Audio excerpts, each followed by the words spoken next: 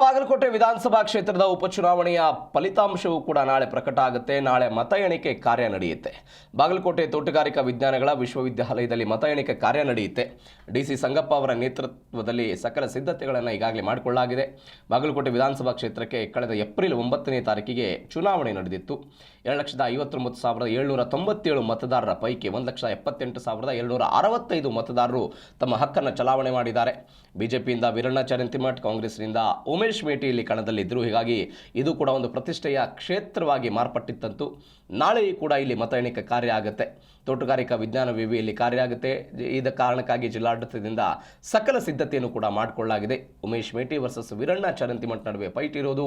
ಯಾರು ಗೆಲ್ತಾರೆ ಎನ್ನುವಂತಹ ಪ್ರಶ್ನೆಗೆ ನಾಳೆ ಉತ್ತರ ಸಿಗುತ್ತೆ. ಬಿಕಾಸ್ ದೊಡ್ಡ ಮಟ್ಟದ ಪ್ರಚಾರಗಳಾಗಿತ್ತು. ಕಾಂಗ್ರೆಸ್ ಟಿಕೆಟ್ನಲ್ಲಿ ಆಗಿದ್ದಂತಹ ಬೆಳವಣಿಗೆಗಳನ್ನು ನಾವು ಗಮನಿಸಿದ್ವಿ. ಬಿಜೆಪಿಯವರೆಲ್ಲರೂ ಕೂಡ ಒಗ್ಗಟ್ಟಾಗಿ ಬಂದು ವೀರಣ್ಣ ಚರಂತಿಯವರ ಪರವಾಗಿ ಪ್ರಚಾರವನ್ನು ಮಾಡಿದರು. ಹೀಗಾಗಿ ಏನಾಗುತ್ತೆ, ಮತದಾರರು ಯಾರಿಗೆ ಮತವನ್ನು ಚಲಾವಣೆ ಮಾಡಿದ್ದಾರೆ ಅನ್ನೋದು ನಾಳೆ ಈ ಹೊತ್ತಿಗೆ ಗೊತ್ತಾಗಿರುತ್ತೆ.